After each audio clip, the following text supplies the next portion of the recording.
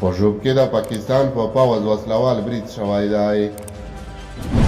پنجشیر کې موندل شوي زمرد په چینایي او افغان پانګوال وپلورل شول.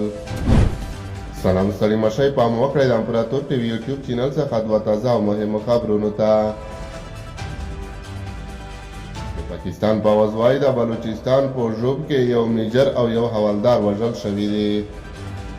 د پوځ عامو اړیکو څانګې ISPR د اکتوبر په 9 په یوه خبرپاڼه کې وویل چې د ژوب په سمبازه سیمه کې شپې مهال د جاسوسۍ معلوماتو پر بنیاد عملیات کول چې وسلوالو پرې برید وکړ. د خبرپاڼې تر مخه په نښته کې 15 وسلوال هم وژل شوي دي. تحریک طالبان پاکستان د دې برید ذمهواري منلې ده. دوی په یو بیان کې ادعا کړې چې په دې نښته کې وسلوالو ته زیان نه دی اوښتی. د پوځ په خبرپاڼه کې ویل شوي چې وژل شوی میجر سید علي رضا شاه او حوالدار نثار احمد دی. د پاکستان موقتي حکومت انورالحق کاکړ پر ایکس پاڼه خپاره کړي بیان کې د حمله غندلې او پاکستانی پوځ یې ستایلی دی.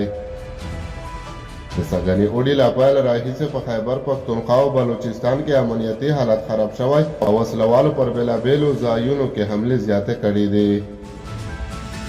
د اکتوبر په 8 د خیبر پښتونخوا د بنو په باقیخیلو سیمه کې د مین چاودنې یو ماشوم وژلی و او په یوه بله پیښه کې په ډېر اسماعیل خان کې وسلوالو یو پولیس سرتېری وژلی و. د سپټمبر پر 28 په بنو او شمالي وزیرستان کې په 4 جلا بریدونو کې 2 تنه ووژل شول او 3 ژوبل شول. د هغو حملې مسؤلیت چا نه و منلی.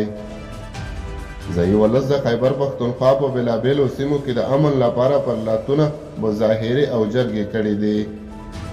حکومت او پوځ بیا ټینګار کړی دی چې ریاستي امنیتي ادارې د وسلوالو پر ضد بې توپیر عملیات کوي او په تېرو کالونو کې په دې لړ کې بریاوې ترلاسه کړي دي. په یو بل خبر کې اورئ چې پنجشیر کې موندل شوي زمرد په چینایي او افغان پانګوال وپلورل شول. د پنجشیر د کانونو او پټرولیم ریاست وایي دغه ولایت کې د دریم ځل لپاره زمرد د ازادۍ او طلبۍ له لارې پلور ته وړاندې کړل.